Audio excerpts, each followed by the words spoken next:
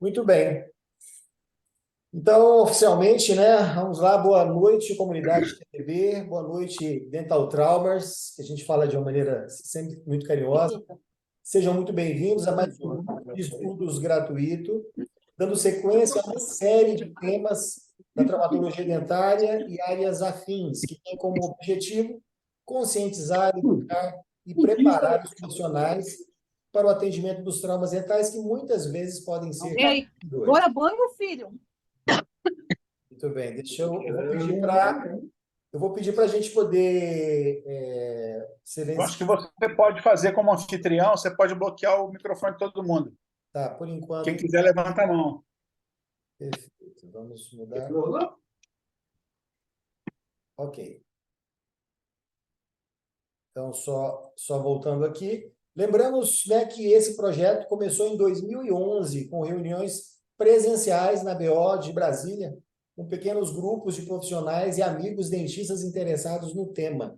Mas agora estamos aqui tendo a oportunidade de alcançar o mundo inteiro, né, pois nossas lives e podcasts têm alcançado Estados Unidos, Alemanha, Irlanda, Equador, Chile, Portugal, Venezuela e muitos outros países. Lembrando que no mês passado abordamos o tema compartilhamento de imagens dos pacientes. Isso pode te gerar problemas? Então, foi com a professora Érica Coelho, que é advogada e também cirurgiã dentista.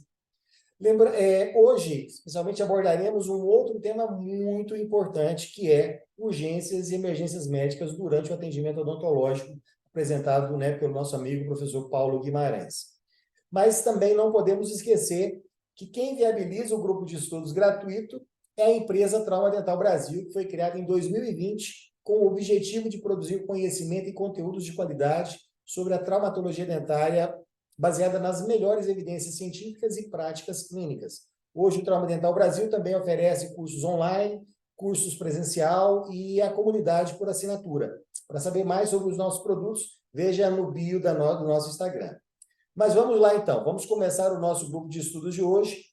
E para isso temos a honra de receber o amigo e professor Paulo Guimarães, que é médico anestesiologista, cirurgião dentista. Ele é instrutor internacional credenciado pela American Heart Association, é médico do Serviço de Anestesiologia do Hospital das Forças Armadas, do HFA, do Ministério da Defesa, professor do curso de capacitação do SAMU, Brasília DF, que é o Serviço Móvel, né, de Urgências do Ministério da Saúde. Ele é instrutor de emergências médicas e resgate e atendimento pré-hospitalar em cursos ministrados para o Exército, Marinha e Aeronáutica. É professor convidado em diversos congressos de medicina de emergências do Brasil e fundador do grupo de resgate e emergência, o GER. Depois o professor vai falar um pouco mais para a gente, né, sobre essas ações dele. Então, agora, convidamos aí a estar com a palavra o nosso amigo e professor Paulo Guimarães. Estão me ouvindo bem, né? Maravilha, é um prazer, viu, Rogério? Obrigado aí pelo convite. A gente já se conhece há algum tempinho, né? Já se vão aí, não sei se já tem 20 anos, não sei se tem tudo isso, mas É muito a gente tempo, né, entrega a Paulo? idade, né? Mas eu me lembro até que a gente fez palestra lá no No IAC, Yacht e Club, tinha um monte de coisa legal aí, bem bacana, já temos né? uma De história. todo modo, a gente agradece imensamente o convite. Assim, o assunto de emergências médicas em odontologia é um assunto muito extenso, né? Ele é muito vasto. E eu acredito que tenham vários colegas aí de várias especialidades, né? Estou vendo aqui o nosso Carlos aqui, que eu estou vendo ele aqui também, né? E a gente vira e mexe e encontra os amigos aqui, né? Mas, enfim, de todo modo, você pegou lá pelo link do Stories, Carlos, foi isso? Eu acho que deve ter sido, né? Deve ter, eu coloquei o link lá, ó, o pessoal já está entrando, né? De todo modo, como eu falei para vocês, é um assunto muito extenso, muito vasto, e esse nosso bate-papo aqui de quase, não sei se a gente vai conseguir falar tudo em uma hora, mas o importante é o pessoal estar ligado nessas questões. Eu vou compartilhar uma tela aqui, para a gente já começar mostrando algumas coisas para vocês. que só uma pequena introdução aqui, né? Esse curso, efetivamente, o de suporte básico de vida, é um curso que a gente já faz há muitos anos. Deixa eu ver se eu consigo aqui, pronto, senão eu não vejo a tela. Eu queria, na verdade, fechar minimizar. Tá, pronto. Então, vocês estão vendo minha tela aí, né? Então, esse curso aqui foi um curso que a gente já tem quase 30 anos aí que a gente cuida, quando eu, na faculdade de odontologia, comecei a perceber esse déficit de capacitação. Então, e isso se perpetua ao longo dos anos. Mesmo as faculdades de odontologia já tendo incluído o curso de primeiros socorros, o curso de emergências médicas, a disciplina nesse segmento, e também nos cursos de especialização, esse é um assunto que ainda é muito deficitário, né? Muito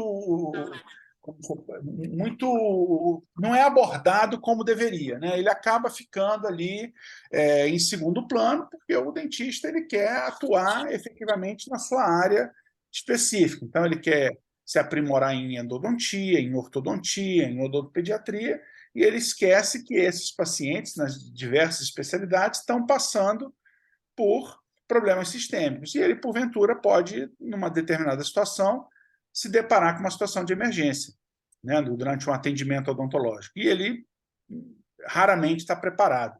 Isso é o que a gente vê, né, ao longo dos anos, né, que a gente se dedica. O meu primeiro curso de primeiros socorros foi em 91, quando eu fiz o meu primeiro curso de primeiros socorros na Cruz Vermelha, e acabei enveredando para a área de cirurgia bucomaxilofacial, e me interessei, então, em fazer odontologia, porque eu queria ser cirurgião dentista para fazer cirurgia bucomaxilofacial. Fundamos o grupo de resgate e emergência, que é um grupo voluntário, e a minha vida foi me levando de forma que eu me vi na necessidade de fazer o curso de medicina. Então, fiz o curso de medicina aqui já em Brasília, né? Então, fiz odontologia, me formei em 97, e em 2004 vim para Brasília para fazer o curso de medicina. Fiquei no Exército, né, como médico temporário, e tive a satisfação e a sorte, né, de estar na missão das Nações Unidas para a estabilização do Haiti durante o terremoto de 2010. Para mim, foi uma satisfação profissional e pessoal muito grande. Em 2011, já no Brasil, ingressei no Hospital das Forças Armadas, onde estou até hoje. Mas desde 98 a gente dá treinamento nessa área de primeiros socorros, né? E isso aqui são fotos da gente. Deixa eu só pegar uma água ali que eu não vim preparado. Só um instantinho. Pega uma água.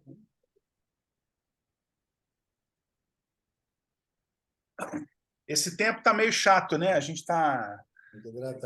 Pelo menos aqui em Brasília está bem frio e as viroses estão vindo com tudo. Mas, enfim, esses procedimentos, né, de resgate que a gente fez durante esses quase 15 anos lá no Rio de Janeiro, foi me levando para esse curso de medicina, né? Então, eu me vi na necessidade de fazer o curso de medicina. Então, isso aqui são matérias de jornal que a gente sempre tinha um reconhecimento da mídia local, tivemos oportunidade de ir no programa do Jô para fazer a parte de mostrar, né, sobre o trabalho voluntário. E desde que eu ingressei no curso de medicina, no curso de odontologia, eu já havia esse déficit, essa questão de necessidade de estar envolvido com essa parte de emergências médicas, porque a gente percebia, muitas vezes, que assim vocês conseguem ver direito? Como é que está assim, nesse tipo de... Fica um pouco... compartilhamento? Você consegue ver assim ou fica ruim? Consegue ver, fica um pouquinho pequeno, mas dá para ver. Melhorou assim? Sim. Tá ótimo. Porque o que acontece? Eu perco aqui o contato com vocês e fico meio perdido aqui, né? Ô, Rogério, se o pessoal quiser fazer alguma pergunta, algum comentário, pode abrir para pergunta aí. O pessoal levanta a mão e porque eu Eu vou. acho que é mais dinâmico, tá? Pode Se quem botar, quiser. pode botar no chat que eu também vou trazendo aqui as questões Isso, para você. isso. Pronto, ótimo, né? Que aí a gente pergunta, a gente tenta responder em tempo real. Acho que fica mais Isso. legal, né? A Carla está comendo uma maçã aqui, que eu estou vendo aqui. Né? Ah, não, é um kiwi, sei. Mas, enfim, vamos lá. Né? Então, como eu falei para vocês, né, a gente está envolvido nessa área de medicina de emergência já há muitos anos. Né? E aí, logo que eu entrei na faculdade, eu falei, pô, isso aí está errado. O cirurgião dentista precisa saber intervir numa situação de emergência, ele precisa estar preparado para intervir, porque essas emergências acontecem o tempo todo, e o que a gente tem visto ao longo, ao redor do mundo, é que o treinamento de emergências médicas precisa de mais atenção, a gente precisa estar focado na prevenção, no gerenciamento desses incidentes. Outras pesquisas espalhadas pelo mundo todo, né, que a maioria dos dentistas não se sente preparado para intervir numa situação de emergência, que se recomenda efetivamente formação na graduação e na pós-graduação nesse assunto. Alarmante a inadequação do preparo para lidar com emergências médicas, é necessário aumentar. Isso aí ao redor do mundo. Então, não é uma peculiaridade do Brasil. A gente, na verdade, está seguindo o que acontece no mundo. A gente não se dedica a esse segmento. Né? E a gente só vai buscar uma capacitação nesse sentido quando a gente se depara com uma situação de emergência no consultório. O paciente passa mal, desmaia, tem uma lipotímia, faz uma hipotensão, uma bradicardia. Né? Então, como eu falei, muitas vezes, nessa pesquisa aqui, os profissionais até tinham algum tipo de treinamento, algum tipo de conhecimento, mas não tinham os equipamentos específicos no seu local de trabalho. Né? E o que a gente percebe? Que a síncope é a emergência médica mais frequente. Né? É o evento que mais acontece. 50% dos dentistas não se sente capaz para atender um infarto agudo do miocárdio, uma anafilaxia. E essas emergências médicas elas têm aumentado na prática odontológica. Por quê? Porque os pacientes estão mais velhos, né? Hoje em dia, ele não morre mais de diabetes, ele não morre mais de hipertensão, ele não morre mais de Alzheimer, ele trata. Então, esses pacientes estão chegando para a gente com 85, 90 anos para fazer uma reabilitação. Eu cedei, não tem muito tempo, para fazer umas múltiplas exodontias e colocar 2 implantezinhos para fazer uma over, uma senhorinha de 96 anos. 96 anos. E detalhe, hein? Inteiraça. Inteiraça. Tá velha. Né? Muito anciã, 96 anos. Mas, assim, tomava um remedinho ali para colesterol e umas vitaminas e olha lá. E tá bom. E não tinha nada. Né? Só velhice. Esses pacientes estão chegando para a gente. Né? Então, e essas habilidades, elas se deterioram muito rapidamente. Então, você faz um curso hoje de primeiros socorros, de emergências médicas, dali a 6 meses, você esqueceu, se você não tiver tentando se atualizar nesse sentido. E muita gente pensa assim, a emergência médica, quem é que morre no consultório odontológico? É o paciente idoso, descompensado, obeso, hipertenso, diabético, é esse cara que vai passar mal no consultório. E a gente tem visto que não é isso que acontece.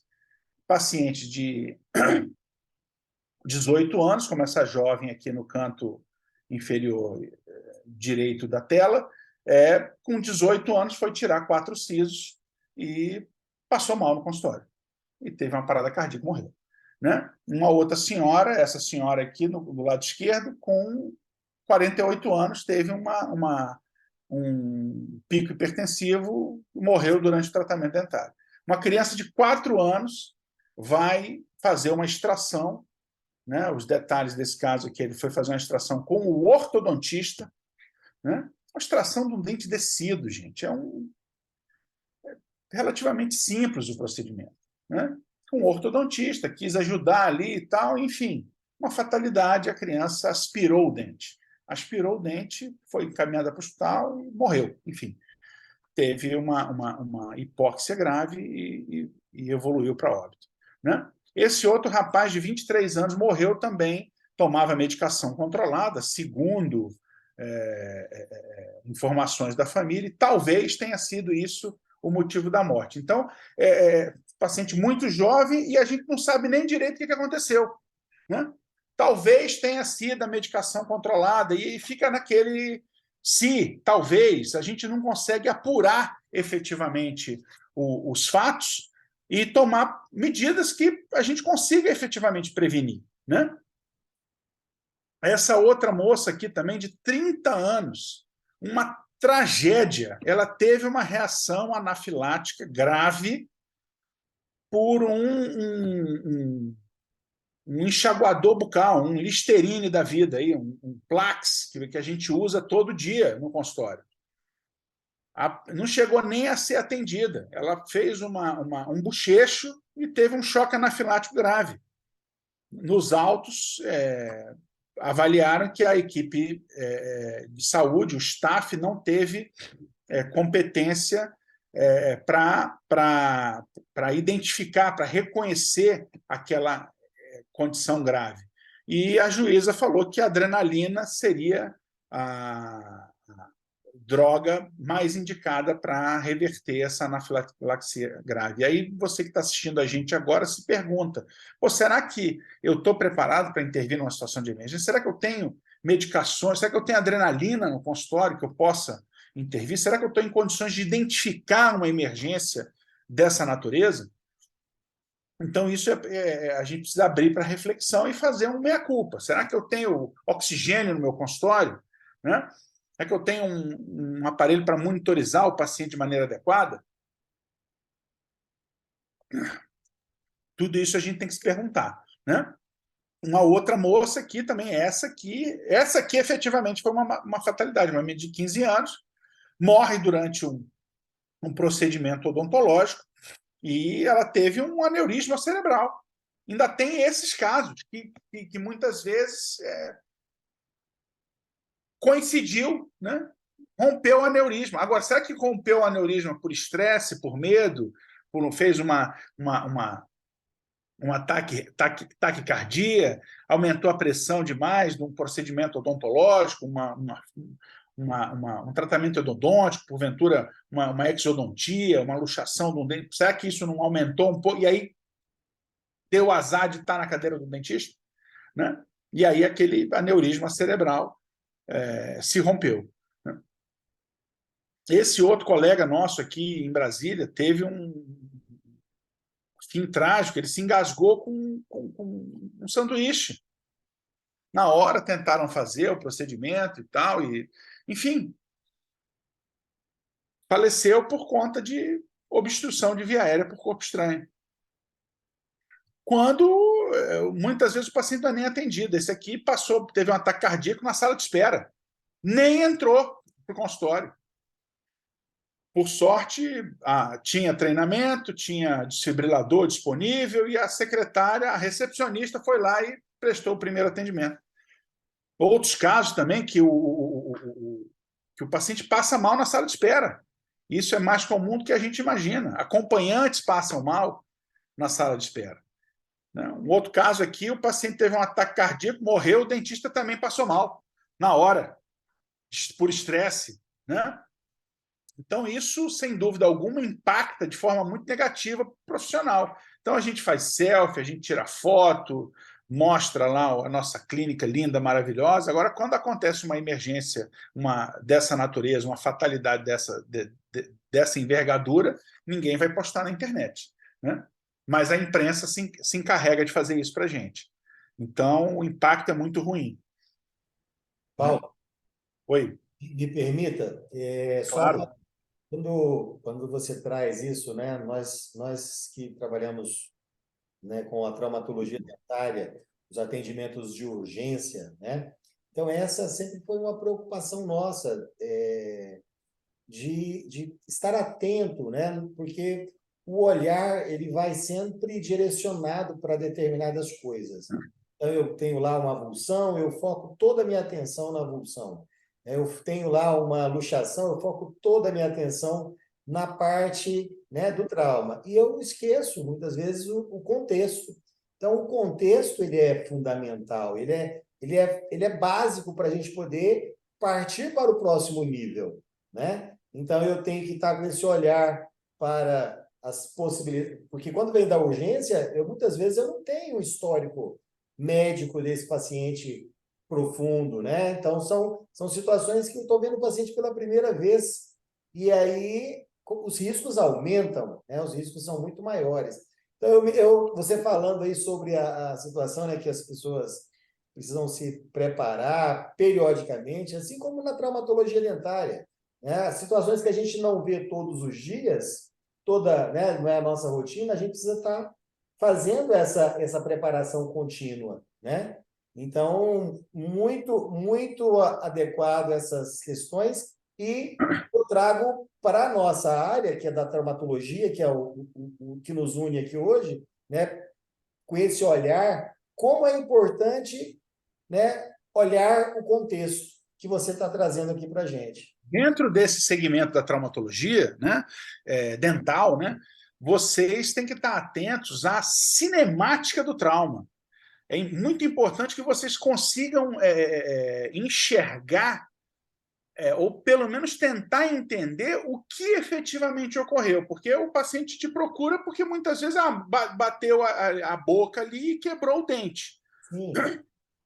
Tá bom, mas como é que você quebrou esse dente? Ah, não, rapaz, tropecei no tênis do meu filho e escorreguei e bati a boca no canto da mesa. Opa, tudo bem, é um trauma de pequena monta. Agora, se o paciente chega para você, muitas vezes, ah, não, o que aconteceu? Ah, não, eu caí de uma escada, estava trocando uma lâmpada, caí da escada de uma altura de 4 metros e bati a boca no chão, né? Antes de você cuidar do dente, uma queda de 4 metros é uma queda considerável, né? Antes de você cuidar do dente, esse paciente precisa ser avaliado. Será que ele não teve um traumatismo craniano associado que você não está vendo? Né? Muitas vezes ele está com a dor na boca ali e muitas vezes teve uma, um momento de força ali que pode ter fraturado o côndilo da mandíbula, né? Eu cheguei a atender pacientes com múltiplas avulsões dentárias no asfalto, no pré-hospitalar. E eu tive a oportunidade de reimplantar no local. No local do acidente, eu já encaixei ali os dentinhos e botei uma gazezinha e encaminhei para o hospital. Já tive a oportunidade também de atender pacientes enquanto estudante de medicina, do paciente chegar com um ferimento, né, cortante, né, corto contuso no queixo, infectado. Infectado. Aí eu fui analisar melhor, fizeram uma sutura, suturaram o queixo do paciente e não olharam dentro da boca. Então tinha uma lesão em fundo de vestíbulo, tudo aberto, que eles não suturaram. Aí ficou entrando comida, alimento ali, e eles só fecharam aqui a pele. Porque muitas vezes o médico não tem o hábito de olhar na boca. Né? E foi exatamente isso que aconteceu. Então, isso muito vocês que atendem o trauma dental, o paciente que procura vocês, liga para o Rogério às 9h30 da noite que o menino caiu de boca na cadeira e cortou o lábio, né? Cortou o dente, quebrou o dente, fez uma intrusão. E aí, como é que vai fazer? Uma criança de 5 anos com uma lesão dessa. Aí vai levar para pronto-socorro. Vai fazer como? Geralmente amarrado, né? Porque não está em jejum, e aí é uma outra discussão, né? Pode fazer com sedação ou não pode, né? E entra um pouco na questão da sedação. Pode, não tem por que fazer com a criança amarrada. e também não tem por que esperar 8 horas de jejum. Tem outros recursos que a gente pode lançar a mão, mas isso é tema para outra aula. Então, assim, é o que eu mostro para vocês o tempo todo, agora na questão da harmonização facial também, está dando problema. Enfim, isso aí acontece o tempo todo. Em função, agora recente também, um caso de uma jovem de 23 anos que morreu durante uma semana depois que retirou o siso, né? Tudo isso por aquilo que a gente já conversou, né? Eu vou tentar ser mais breve aqui por conta do nosso tempo, estou preocupado com o tempo, né? Mas a nossa grande preocupação é, quando a gente fala de emergência médica, é que a síncope é a emergência mais comum, né? Então, por estresse, por medo, muitas vezes, por dor, muitas vezes o paciente evolui, faz uma bradicardia e uma hipotensão, faz um desmaio, né? Esses desmaios, pode perguntar.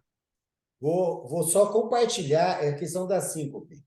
A gente estava aqui num atendimento de trauma, uma criança pequena da embaixada, aqui em Brasília é muito comum a gente receber, né, pacientes de embaixada, o pai militar, adido militar, e a gente estava aqui num processo de sutura dos tecidos moles, aonde que foram, né, a criança tinha sofrido as lesões. Idade? A criança devia ter aproximadamente uns 5 anos de idade, por aí. Uma criança pequena ainda. E aí o pai ficou ao lado da cadeira, querendo ver, né? Porque o pessoal de fora eles ficam um pouco inseguros, eles querem acompanhar tudo que está sendo feito. E eu deixo sempre muito à vontade as famílias acompanharem. E aí o pai do lado, né, querendo ver o que estava acontecendo. De repente, Paulo, eu escuto aquele barulhão, pá, aquela queda. O paciente, o pai, Desmaiou. desmaiou. A gente não É, tava, a atenção não era para ele, a atenção era para a criança. E de repente exato. ele caiu e bateu a cabeça na mesa que a gente tem aqui. Puxa vida.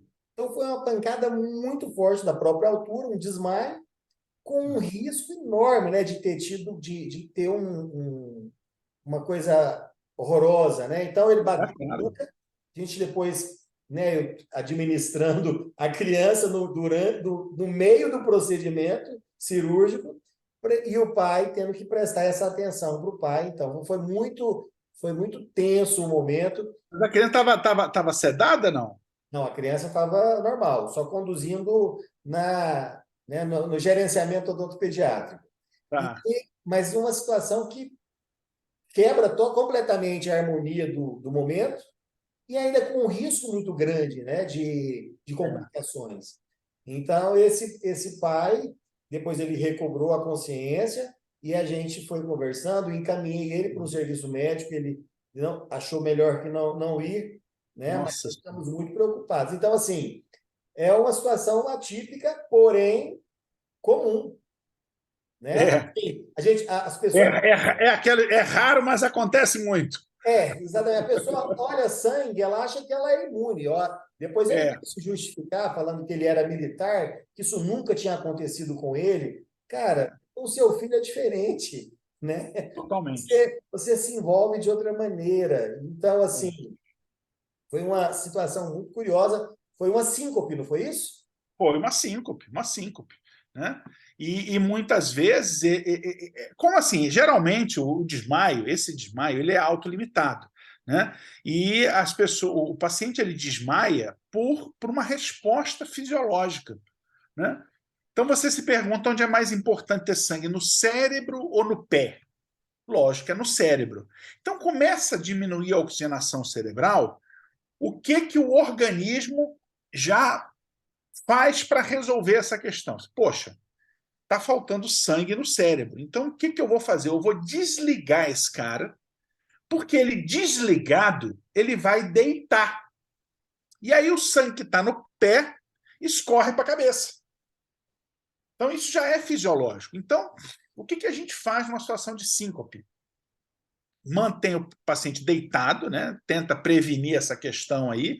Se o paciente está durante o atendimento, está sentado na cadeira odontológica, muitas vezes o paciente, se ele tiver ali com alguém e tudo, às vezes ele dá essa premonição, às vezes ele fala assim, eu não estou passando bem, né? E eu acho que eu vou desmaiar. Nesse caso, como estava todo mundo envolvido com o atendimento da criança, Ouviu? vocês provavelmente não perceberam Sinais,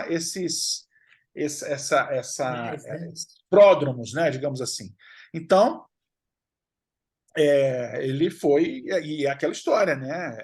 Ele poderia ter tido uma lesão muito grave. Então, paciente deitado, você vai fazer o quê? Elevar os membros inferiores para melhorar o retorno venoso e garantir a desobstrução das vias aéreas. Na odontologia, quando a gente fala de abertura de via aérea, em condições normais de temperatura e pressão, a gente já pensa logo em hiperestender o pescoço para melhorar a passagem do ar, para tirar a língua da frente da faringe e melhorar a ventilação. Na odontologia, a gente tem uma peculiaridade importante, porque muitas vezes a boca do paciente está cheia de coisa. Tem sugador, tem rolê de algodão, tem gaze, tem uma lima, tem um grampo de isolamento, né? Então, tem dente, tem saliva, tem sangue. Então, antes de abrir as vias aéreas, é importante que eu faça uma toalete do orofaringe. Abre a boca do paciente, limpa, remove qualquer coisa que possa estar obstruindo a passagem do ar,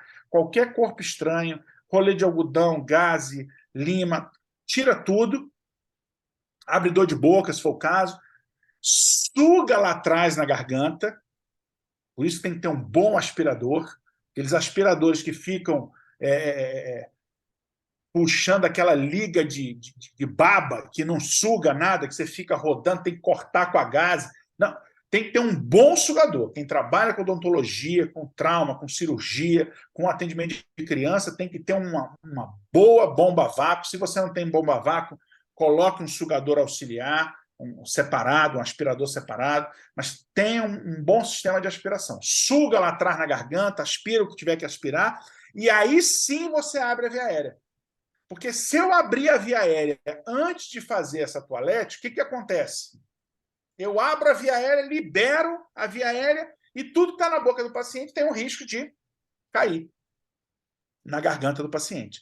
Quando a gente está fazendo sedação, eu sempre peço para o cirurgião dentista deixar uma gazezinha na região retromolar de um lado, na região retromolar de outro, faço meio que uma redinha ali de gase para onde ele está manipulando,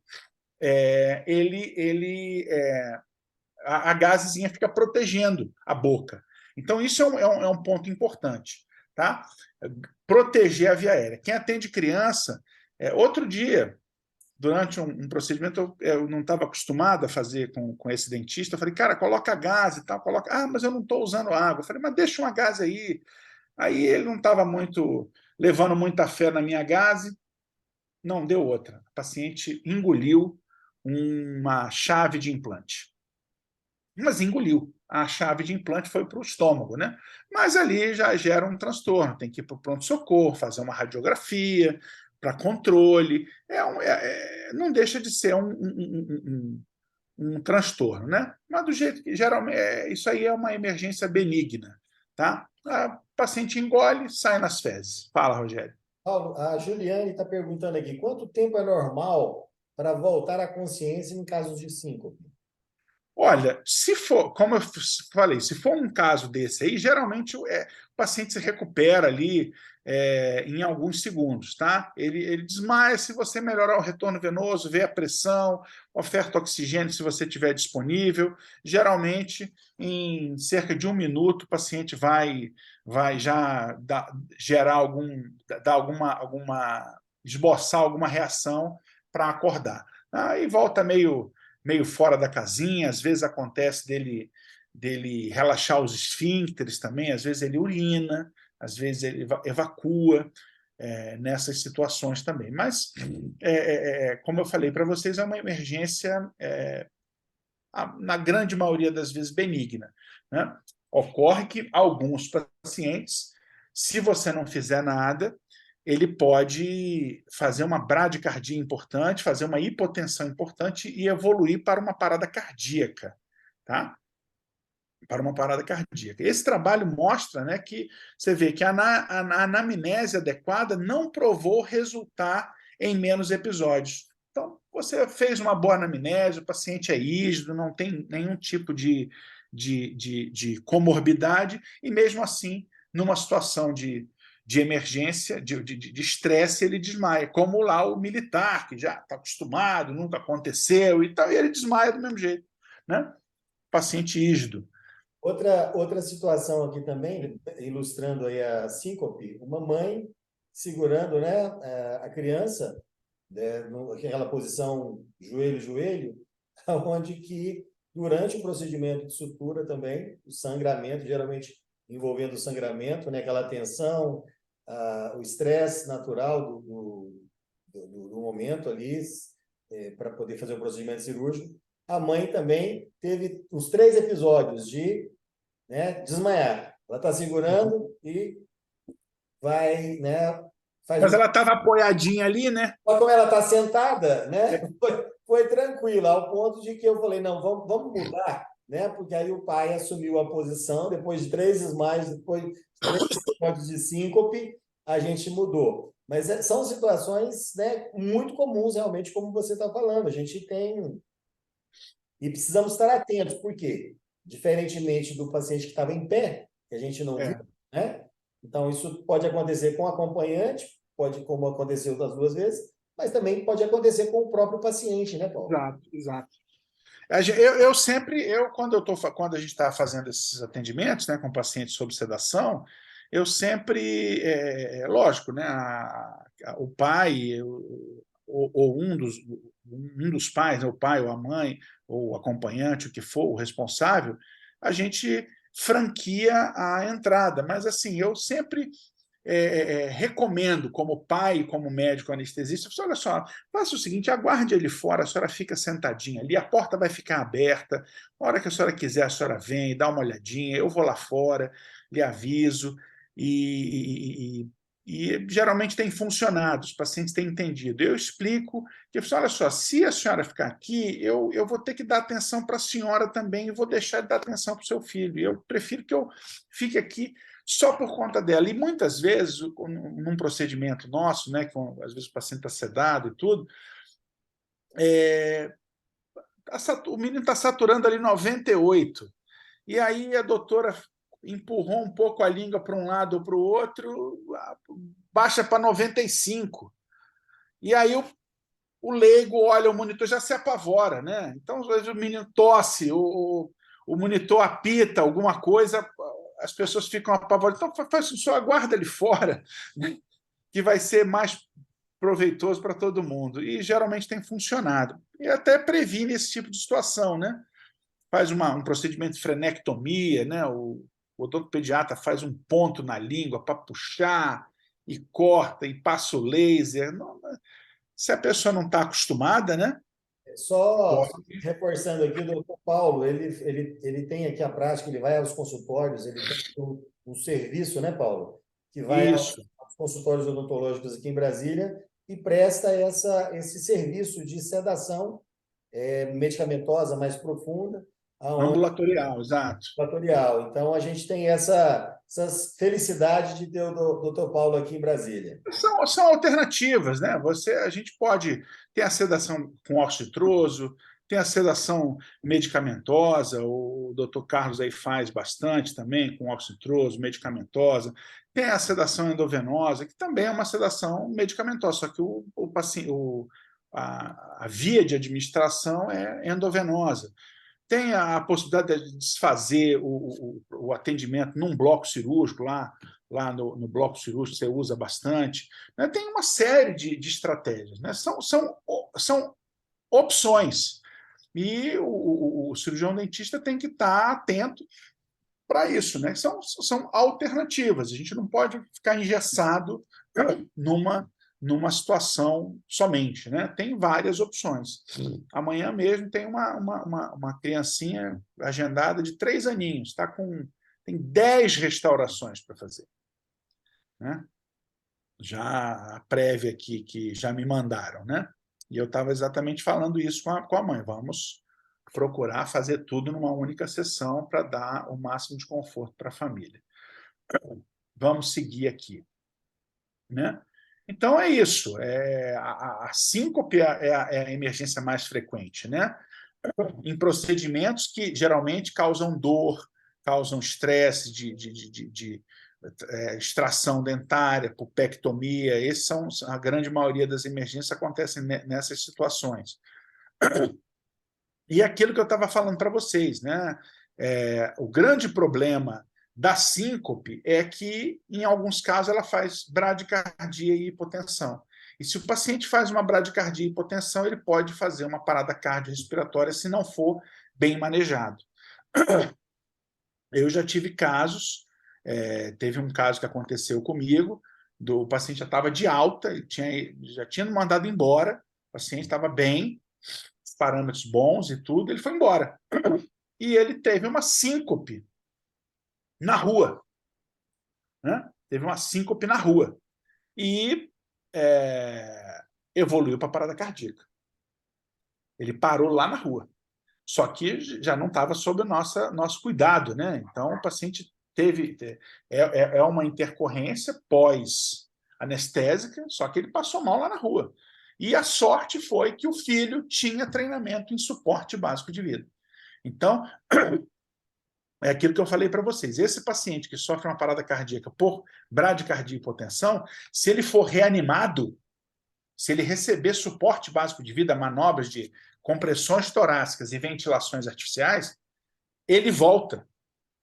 Por isso que é muito importante que o cirurgião dentista tenha treinamento periódico em suporte básico de vida. Você que está nos assistindo, se pergunte: quando foi a última vez que eu fiz um curso de suporte básico de vida? Se pergunte, será que eu tive a oportunidade de fazer? E muitas vezes teve a oportunidade de fazer, viu o boneco lá, e não, depois eu faço. Né? Então, sempre que você vê o bonequinho para fazer RCP e tem alguém disposto a te ensinar, vá lá, aproveite a oportunidade, se mantenha com essa habilidade prática fresquinha na cabeça. Porque quando precisar, se porventura vier precisar, e infelizmente você vai precisar em algum momento da sua vida, você vai estar preparado. Tá? E é aquilo que eu falei, ansiedade, medo e dor é batata. É tudo que tem no consultório odontológico. Você perguntar para as pessoas o que elas têm mais medo, a primeira coisa que as pessoas têm mais medo é falar em público. Morrem de medo de falar em público. E a segunda coisa é ir no dentista. As pessoas têm muito medo de ir no dentista. Então, você tem um medo muito frequente, que é ir no dentista. Tem uma geração de pacientes adultos que cresceram ouvindo o quê? Se você não se comportar, eu vou te levar no dentista para você tomar uma injeção. Né? Se você não fizer isso, eu vou te levar no dentista para você tomar uma injeção. Então, eu atendo muitos pacientes. Hoje, eu fiz uma sedação num paciente de 50 anos para fazer uma profilaxia. Hoje. Porque ele é muito fóbico. Ele deixa pegar a veia, deixa fazer o que quiser. Agora, não mexa na boca dele, que ele se apavora. Tem essa questão, né, do ciclo vicioso da odontofobia. O paciente não tem medo, ele não vai, o problema aumenta, ele só vai quando tem dor, e é complicado. Né? Por conta disso, a gente montou a nossa empresa de sedação ambulatorial. E como eu sou cirurgião dentista também, me dedico hoje praticamente 99% do meu tempo a dar conforto para os pacientes em todas as circunstâncias. Né? A gente atende muito paciente especial, muita criança, muito idoso também, né? Qualquer paciente que queira conforto durante o procedimento, mas o nosso foco aí, hoje, a gente tem atendido muita criança e muito paciente com necessidades especiais, pessoas com deficiência. Agora já tem também disponível na nossa empresa o raio-x móvel, então a gente já está com raio-x portátil, digital, por conta de que alguns pacientes só se deixam radiografar se estiverem sedados, né? Então, a gente tem condição de fazer esse serviço. Faço home care também, atendimento domiciliar, com auxílio de outros colegas. A gente vai na residência e faz o procedimento em casa, né? Então, às vezes, um paciente idoso, com Alzheimer, com demência, acamado, a logística para você tirar esse paciente de casa e levar para o hospital para tirar um caco de dente que está com foco de infecção, é muito complicado. Então, a gente, na nossa estrutura de home care, a gente vai na residência e resolve. Como eu falei para vocês, a gente faz para tudo, né? Tem gente que precisa ser sedado para moldagem. Acreditem se quiser. Você não consegue fazer uma moldagem porque ele tem muita ânsia de vômito, precisa ser sedado. Tá? Então, assim, como eu falei para vocês, a síncope vasovagal, ela a princípio, benigna, mas um pequeno grupo de pacientes ali pode ter uma emergência grave, evoluir para parada cardíaca e você precisa estar treinado para poder intervir numa situação de emergência. Vocês conhecem esse nervo aí, não? Já ouviram falar? Do nervo trigêmeo? Né? É um nervo pouco comum para o cirurgião dentista, né? Sarcasmo incluído e ironia também. Mas, assim, existe um reflexo chamado trigêmeo cardíaco, trigêmeo vagal, que pode desencadear uma situação de bradicardia, apneia, parada cardiorrespiratória, pela íntima relação com o nervo vago. E vira e mexe a gente está fuçando nesse nervinho aí, né? A gente vai lá na fossa pitérico-palatina, enfia uma agulha longa para pegar lá atravessa o olho do paciente, pega o cérebro do cara, né? Aí o paciente passa mal. Por que ele passa mal? Por causa disso. Né? Existe, por exemplo, o reflexo óculo cardíaco. Se você comprime o olho, o paciente faz bradicardia e hipotensão. Então, a gente tem que estar atento a isso aí, tá? E aí, essa questão de não estar preparado para intervir numa situação de emergência não é específica da odontologia.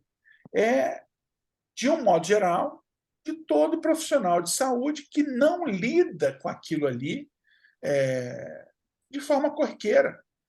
Se você não faz aquilo todo dia, você acaba esquecendo, tá certo? Então, nos Estados Unidos, o treinamento é obrigatório, o treinamento do cirurgião dentista é obrigatório, dos técnicos e auxiliares de saúde bucal, todo mundo que trabalha com o paciente tem que estar treinado para intervir numa situação de emergência, tem que ter treinamento em suporte básico de vida. E aí, pessoal, tem uma série de situações que podem ocorrer no nosso consultório, né? A lipotímia, hipotensão postural e a síncope são situações de diminuição de fluxo sanguíneo cerebral. Hipotensão postural, por exemplo, é aquele paciente que fica ali 2, 3 horas sentado na cadeira, deitado na cadeira, e quando termina o procedimento, ele se levanta subitamente. Isso não é para acontecer. Não é para ocorrer hipotensão postural na cadeira do cirurgião dentista. Por quê? Porque ele já sabe que isso acontece, então eu tenho que voltar ali, botar o paciente sentado, esperar um pouquinho, passar instruções, verifica a pressão novamente. Depois que está tudo ok, bota a perninha para o lado de fora, aí conversa mais um pouquinho, e aí sim você consegue liberar o paciente. Isso eu já vi acontecer algumas vezes. Algumas vezes. Né? Já vi acontecer pelo menos umas 3 vezes durante procedimentos de sedação, não com o meu paciente, mas às vezes eu estou fazendo sedação numa clínica que tem outros atendimentos e eu, na cadeira do lado, termina o procedimento, o paciente levanta subitamente, mas cai igual a jaca, porque levantou subitamente. Isso é uma das principais causas de queda no idoso. Porque o idoso levanta de madrugada para ir no banheiro e faz uma hipotensão postural. Então, não é para acontecer. Você tem os meios hoje para prevenir isso aí. Pô. Conversa com o cara. Pera aí, terminou aqui, o senhor não levanta agora, não. Vamos levantando o senhor devagarinho. O paciente ficou lá sendo submetido a um canal de um molar superior. Demora. Né? Então, terminou, volto a zero devagarinho. Então, lipotímia, hipotensão postural e síncope são emergências que ocorrem por conta de diminuição de fluxo sanguíneo cerebral. Tá?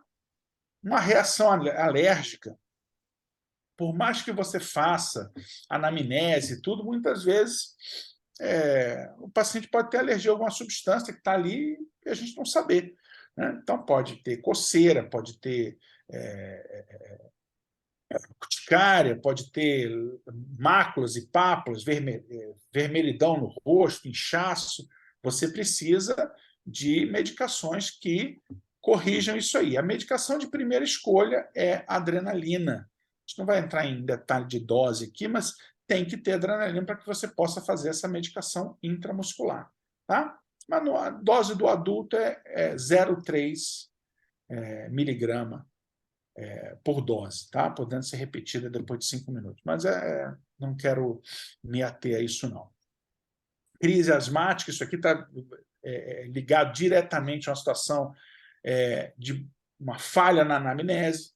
Então, você tem que orientar o seu paciente, aquele paciente que é asmático, que usa bombinha, usa medicação de resgate, ele tem que estar com a sua bombinha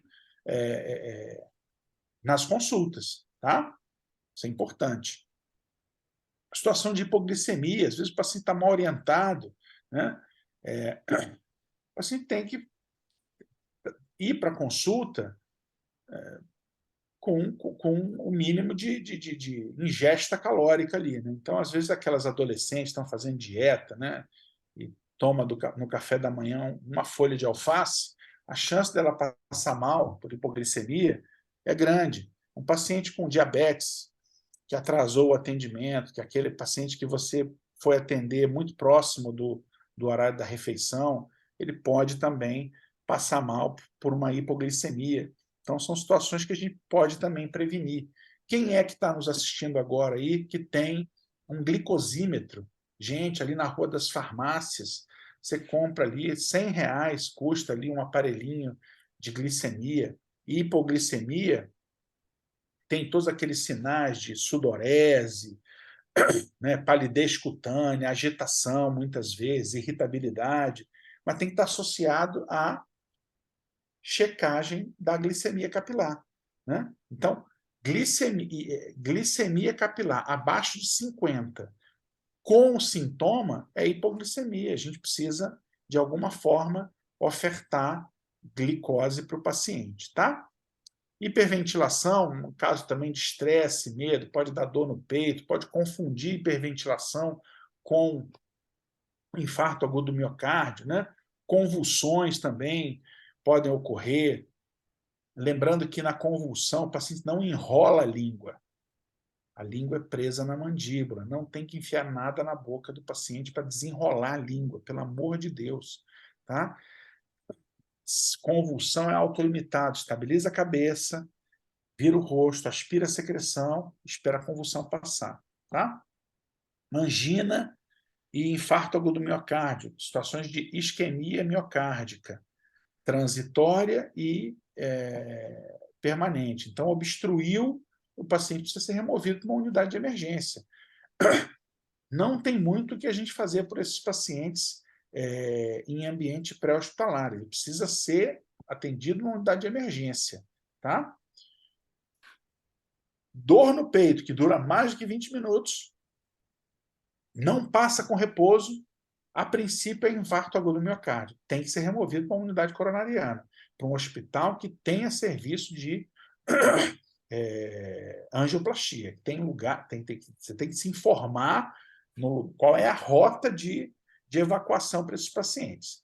Nos grandes centros, você liga para 192, que é o telefone do SAMU, ou 193, que é o telefone do Corpo de Bombeiro, e eles vão fazer essa regulação, esse transporte. Para a nossa amiga que é da Venezuela, aí tem que ver o telefone de emergência da Venezuela.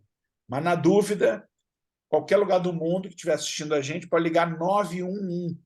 Qualquer lugar do mundo, você ligar 911, vai atender numa central de emergência. Tá?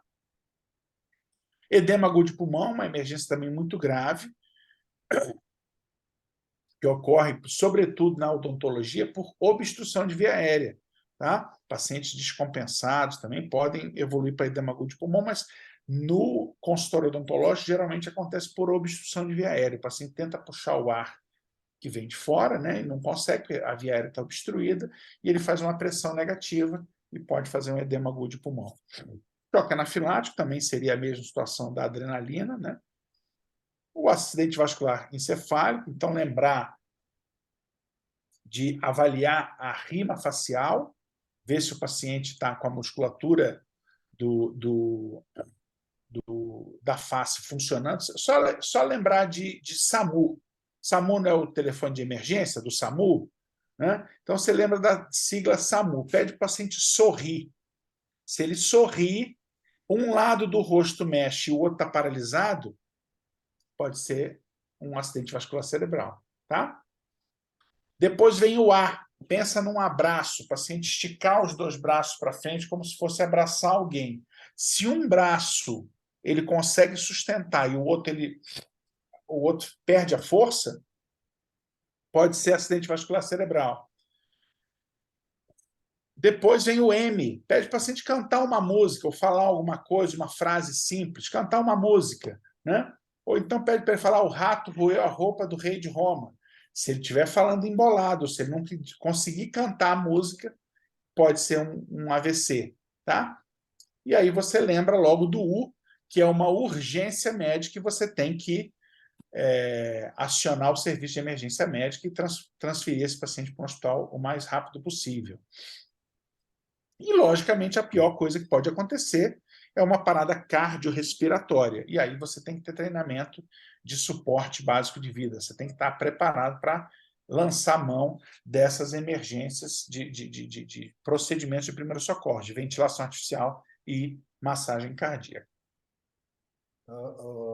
Paulo, só aproveitando aqui, né? Acho que quando a gente fala dos atendimentos de urgência, dos traumatismos dentários, né, existem todos os atendimentos odontológicos são passíveis de ter essas alterações aí que você mostrou.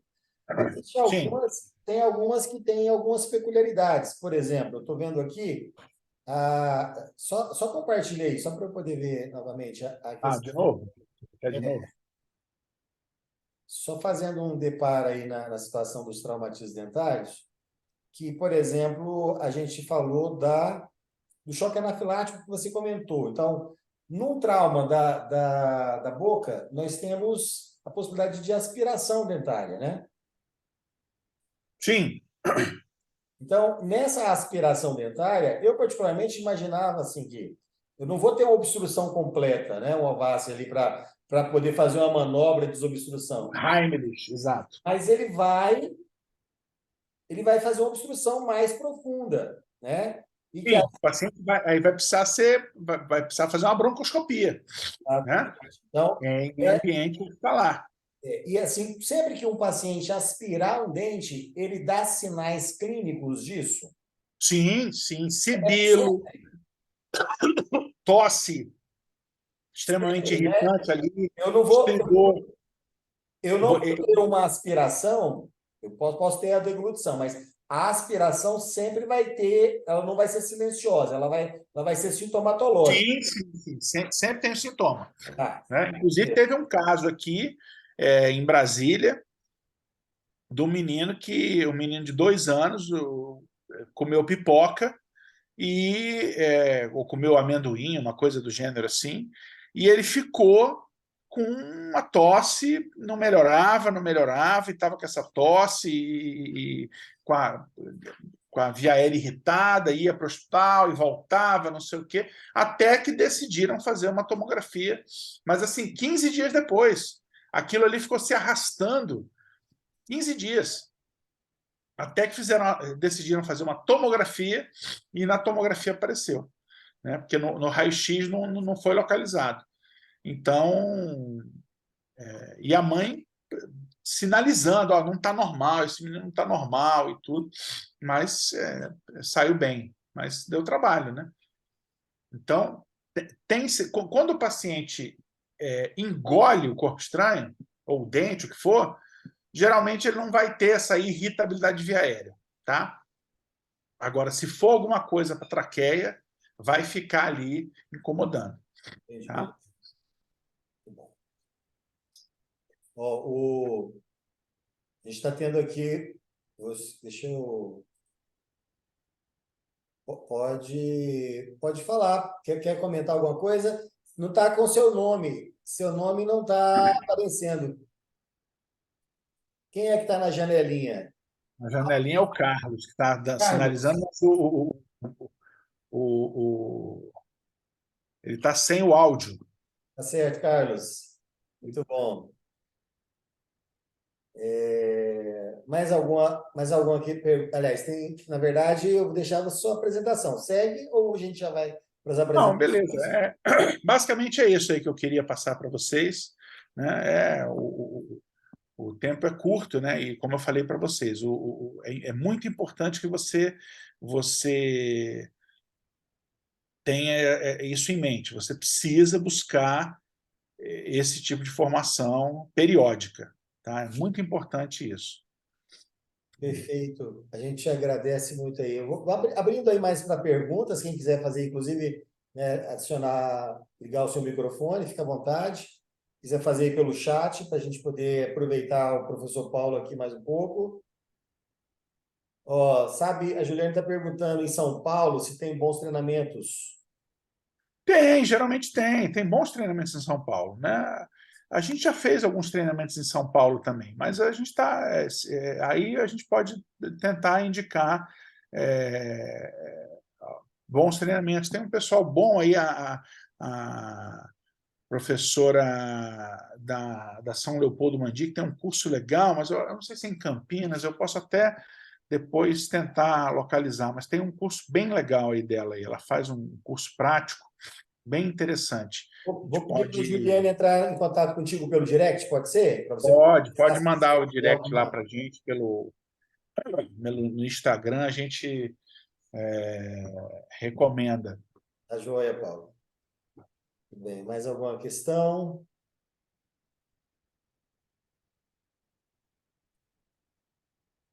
Muito bem. Então, só né, aproveitando aqui, né, Paulo, nós que estamos preocupados com traumatismos dentários, a gente tem que ter a cabeça mais aberta, né? Então, sempre que o paciente chega, a gente sempre reforça a importância do pré-atendimento, né? A importância do pré-atendimento pela teleodontologia e o pré-atendimento na recepção. Vamos ter um monte de informações, essas informações que podem nos ajudar, né, como você disse, identificando situações de risco, situações. É muito comum, eu me lembro de uma situação, ó, o paciente, a gente tinha uma clínica na 712/13, era no térreo, então a clínica era aberta para o estacionamento. E Sei. então, o paciente desceu do carro, pegou o filho nos braços e começou a vir em direção à clínica, à porta da clínica. Eu fiquei em estresse, né? Eu falei, não, peraí, vou tentar bloquear isso aqui, porque eu não quero deixá-lo nem entrar para ganhar tempo. Se É, for uma situação, né, de um trauma mais severo. Então, eu entrei, fiquei na porta e parei o pai para poder perguntar o que aconteceu, né? E o pai com o menino no braço. Ele falou, não, doutor, ele estava num pula-pula inflável. aham. Quando ele caiu, ele comprimiu o joelho contra a boca. Nossa, mas isso é muito frequente. E É aí, muito frequente. como foi? Eu falei, só isso? Foi só na boca? Eu falei, então pode entrar. Então agora é comigo. Né? Mas se esse menino vem inconsciente para o atendimento, não, já vai para o hospital, né? Já É, vai para o serviço hospitalar, porque a gente tem que dar prioridade. Prioridade para a saúde geral, né? é Para a lógico. questão, depois nós vamos para a condição odontológica, é claro. Vamos pegar o dente, vamos colocar numa solução, né, fisiológica, mas nós precisamos dar prioridades. Né? A prioridade é a vida do paciente. É isso aí. Eu não sei se todo mundo está me seguindo lá no Instagram, né? Depois me acompanha lá Perfeito. Vou no convidar para poder entrar lá no perfil do professor Paulo. Guimarães. né? E o @gre.resgateemergência. Ah, A maravilha. gente tem os cursos, né? E tudo. Podem nos seguir lá. Isso. O São Paulo também tem cursos presenciais. Tem curso online, Paulo? Não. Temos curso online também. Pode entrar lá, manda um direct lá no Resgate Emergência. Tem um cursinho online, tá bem legal. Certo. A gente tem a gente que tem clínicas, né? Eu tenho uma clínica, estou aqui pleiteando já com o professor Paulo há algum tempo, fazer um treinamento aqui com a nossa equipe, né? Vamos trazer, se Deus quiser, trazê-lo logo aqui para poder preparar a equipe. Então, como ele disse, muitas vezes você está aqui dentro da sala, você não É, sabe o que está acontecendo lá fora. exatamente. E às vezes o pau está quebrando lá fora. É, O paciente chega passando mal, é lá, e eu não estou vendo. E a sua equipe tem que estar atenta e preparada para lidar com isso, né? Então, até te chamar, até você poder sair para poder ver o que está acontecendo, o tempo já passou e as complicações já começaram. Então, é muito exatamente. importante a equipe, né? Vem desde o pessoal da limpeza, que todo mundo precisa estar sabendo quais são as condições importantes e básicas que precisam ser feitas, né? As orientações iniciais ali. Então, acho que é muito legal o preparo da equipe odontológica para poder saber o que fazer. Isso aí. Muito bem. Maurício, Liciane levantou a mãozinha aqui, ó. sim. Pode perguntar. E aí, meu amigo? Tudo bem, Só para querida? mandar um abraço e para todo mundo que está aí. Eu sou fã de carteirinha, super indico, sigo o Dr. Paulo há anos, né, doutor? Fomos amigos também trabalhamos no mesmo hospital. Exatamente. E, galera, pode confiar. Ela é suspeita, ela é suspeita. Não, eu valido também, eu valido também. Nós estamos juntos, Luciane. Beleza. Muito bem. Então, não Participe, tem, sim. A não, Paula está perguntando assim, você é de onde, Paula? Pode perguntar aí. Você é de onde? Fala para nós aqui. A Paula está escondidinha aqui no Paula Regina, Paula de Uberaba. Uberaba. Podemos ir também, a gente faz sim. A gente sempre leva os cursos de suporte básico de vida, de emergências, né, bem dinâmico. Sempre estamos divulgando aí no Instagram. A gente roda aí o Brasil todo, né? Tem, um, tem, uma, tem um monte de material, né, Paulo? Um monte de manequim, um Isso, monte de exatamente, tem bastante equipamentos. coisa. O curso é prático, né? O curso é prático. Então, são habilidades que o aluno precisa botar a mão na massa. Não dá para ficar projetando slides. Então, quando a gente tem a oportunidade de fazer a coisa presencial, é Na verdade, a uma teoria pega. desperta para a necessidade prática, né? E Exato, exatamente. a Paula é Exatamente. odontopediatra, Paulo. Ela Legal, é legal, pediatra, uma excelente odontopediatra lá em Uberaba. legal. Muito bem. Muito bom. Tem Beleza, Pedro. Daqui a pouco eu vou entrar numa outra live também. A gente vai falar sobre sedação em procedimentos de frenectomia, né? Daqui a legal. pouquinho a gente vai entrar aí ao vivo também lá Vai no colocar meu o link Instagram. lá no seu perfil. Já esse vai ser pelo Instagram, né? Ah, legal. Joia. Essa vai ser um bate-papo aí com a cirurgiã que faz a cirurgia, com a dentista, né? Com os pais, a mãe que também e com a fono e o anestesista, vai ser bem legal. Maravilha. Pois bem, pessoal, agradecemos demais aí ao professor Paulo, né, Paulo Guimarães, pela sua disponibilidade, por ser tão acessível, por ser tão parceiro nosso aí, né, querendo sempre divulgar esse assunto tão importante né, que são as urgências médicas. Então, a gente agradece demais. Reforça aí, né, ele tem serviços aqui, ele também faz esse trabalho, né, fora. Então, depois entre em contato com ele lá no direct, sigam ele lá no perfil dele, que vale a pena, é um profissional diferenciado. Além de ser dentista, Beleza. né? Isso faz. Ele conhece todas as nossas dores, então isso faz toda a diferença. CRO ativo, hein? CRO ativo. Show demais. Paga o CRO bonitinho todo ano. É isso, Paulo. Então, finalizando Bom, aqui, gente. vamos agradecer mais uma vez essa comunidade TDB, aos colegas que estão aqui pela primeira vez, que participaram pela primeira vez aí do nosso grupo de estudos. Ele é mensal, o nosso grupo de estudos, ele é gratuito.